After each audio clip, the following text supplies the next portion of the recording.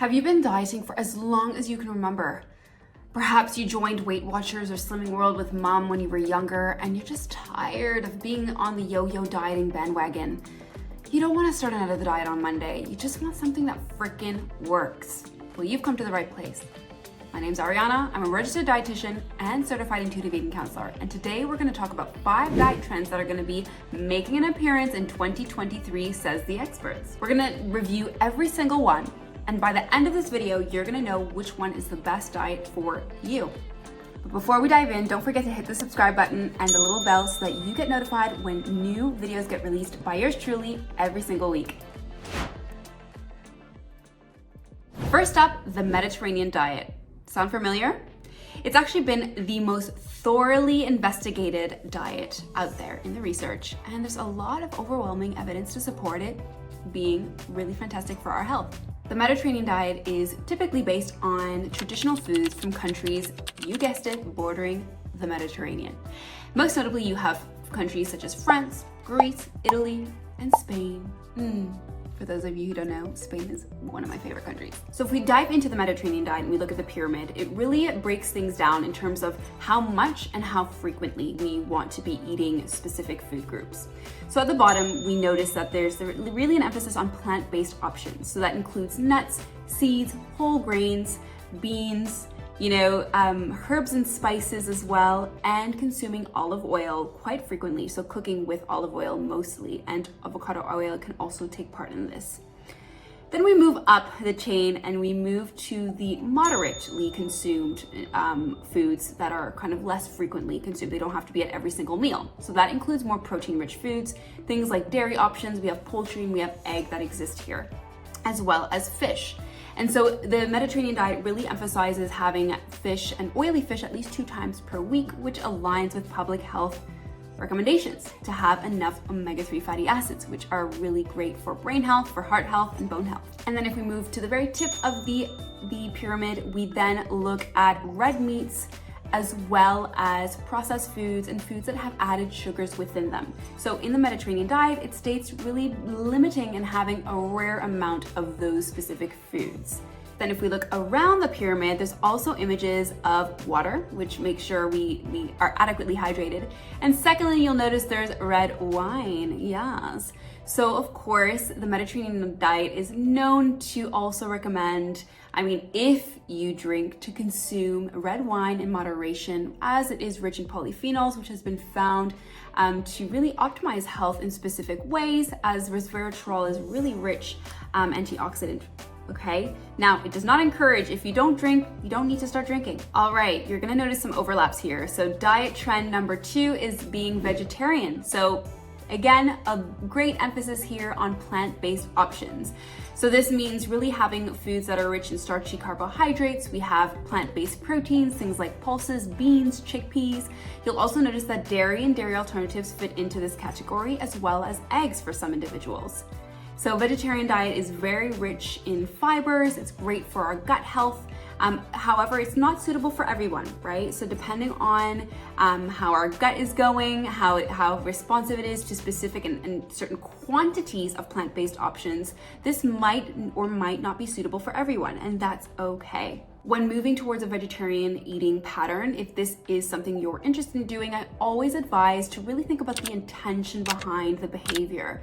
Right? There is a tight relationship that we notice in terms of disordered eating and moving towards more restriction, i.e. limiting animal-based products, and then even moving to veganism can be quite disordered depending on where it's coming from. Of course, this is not the case for everybody. However, it's just something I err on the side of caution to make sure we really come to the heart of why we're choosing to engage in a specific pattern of eating. Diet trend number 3 is the famous intermittent fasting.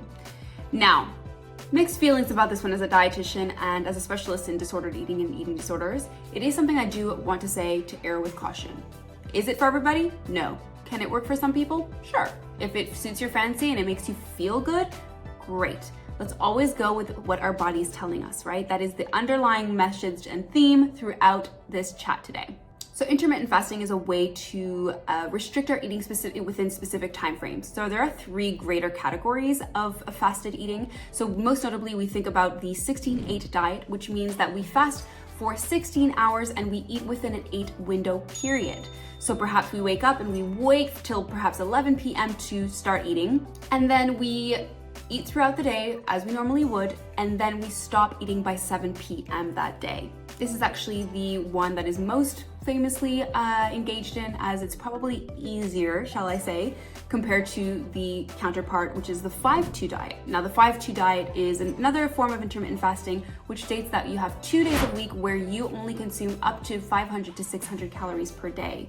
Now, if you know me, I'm not a huge fan of counting calories and limiting them. I think that can be quite harmful for the system, as well as really lend and tend towards disordered eating behaviors. I talk about this in greater detail in the video linked in the description below, so feel free to explore it if you want. And then the other 5 days of the 5-2 diet, you're basically eating as you normally would. And then the third option is what they call alternate day fasting. So basically you fast one day, you eat normally the other, and you alternate back and forth. You get the gist. Now, why intermittent fasting? So many different health claims come to support this diet trend, which is really emphasizing gut health, right? Because it can really help with sensitivity by really activating the immune response. If we have a longer period of time fasting and leaving the gut to kind of rest, this actually gives the gut time to heal more fully before then consuming food the following day. So this is what health experts say. However, the quality of the evidence is quite limited, and we have to definitely make sure we note that a lot of these studies are mostly done in rodents, and so we just have to be mindful of where and what evidence we're actually kind of taking to heart. There hasn't been as much or overwhelming data to demonstrate this necessarily in humans. However, like I said, if it feels good, if you want to do it and you want to give it a go, great, be curious. However, if it doesn't work for you, don't be let down. There are other options which I would tend towards recommending more, which is really tuning into your body. Diet number 4, which is the sustainable diet. Of course, we're moving into 2023. This is, there's so much talk on climate change, and it's so important that we work with Mother Earth to really honor her and do her justice, and also whilst taking care and nourishing ourselves as well. So this is also known as the low carbon footprint diet, which really emphasizes aiming for more local options. Perhaps going to the market and finding options that have been grown in your area. According to the British Dietetic Association, sustainable healthy diets are dietary patterns that promote all dimensions of individuals' health and well-being, have low environmental pressure and impact, are accessible, affordable, safe and equitable, and are culturally acceptable. The Food Climate Research Network is based at University of Oxford, and what they specifically say is included within a sustainable diet includes moderate amounts of red meat, limited processed meats, an increased prioritization of plant-based protein options and mycoprotein. So this also counts as corn, right? And this is actually a protein taken from mushrooms specifically. And as well, things like your pulses, chickpeas, and beans. So you're hearing probably a lot of the same within the trends that are coming up. So something to bear in mind. It also mentions fish in moderation from certified fisheries, local if possible. Moderate dairy consumption, including lots of whole grains, decreasing pre-packaged fruit and veg, so aiming for perhaps loose and maybe make sure you bring some carrier bags so you don't have to keep using plastic, and kind of taking loose produce to save the environment by reducing packaging as well, and reducing ultra-processed foods, and always try to reduce food waste. So make use of those leftovers. And the last but not least, diet number 5 are usually subscription-based models such as Noom and Weight Watchers, which have been around for years. Noom, particularly in the last couple of years, have really has grown and skyrocketed. And ultimately what these diets do is that they call themselves to be non-diet approaches. However, they very much are, because there are limitations and rigid rules around which foods fall into which categories, such as the red, green, or amber categories. Now, something important to keep in mind as well is that, for example, I actually put it to the test and downloaded the Noom app, and I created an individual who would be highly undernourished. And even then, when I created this particular person to test, they provided a very low calorie option for my daily requirements, which actually was 1,200 calories, which is typical of most diets out there, which is extremely restrictive, especially for someone who is undernourished. It doesn't help the matter, right? So what most critics, such as myself, will say is that the calorie restriction is extreme with these diet apps, and they actually feed into the jargon and the language around good and bad foods, which is actually unhelpful and unhealthy when we're thinking about our mental health as well as physical well-being. And just a little fun fact, 1,200 calories per day is that of a toddler, okay? So that's not enough for an adult, a full-size human being. It's definitely not enough. So just bearing that in mind, we often are fed that that's enough for us. However, keeping in mind that's usually going to be below most people's what we call resting metabolic rate. Resting metabolic rate is effectively what the amount of energy your body uses and utilizes to remain alive, doing nothing. So imagine if you were bedridden, this is how much energy your body uses for your brain to function, for your lungs to inhale and exhale, for your heart to continue to beating, for you to metabolize, etc., etc. So we do need a minimum amount, and usually it's going to be around for many of us, it'll be around 1,500 for a female of weight-bearing age. It can be up to even 3,000 for some people who have a very high muscle mass, okay, and that can be for males, for example. So it really varies, but ultimately your hunger and fullness are going to be the key here. So that brings me to which diet is actually best for you out of all these 5 options. Well, I am a fan of the Mediterranean as well as, the sustainable diets, but what I would like to encourage you here to do is to move away from the word diet, which effectively is just a pattern of eating. However, there's a really negative connotation, and when we think diets, we typically think rigid rules.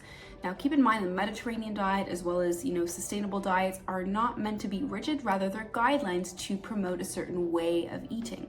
So what happens if we've been chronically dieting and yo-yo dieting, our weights have been going up and down most of our life, we tend to fixate and take on these guidelines as hard rules, right? It's very black and white rather than just looking at them as a perhaps more loose, most of the time pattern of eating. So what's the alternative?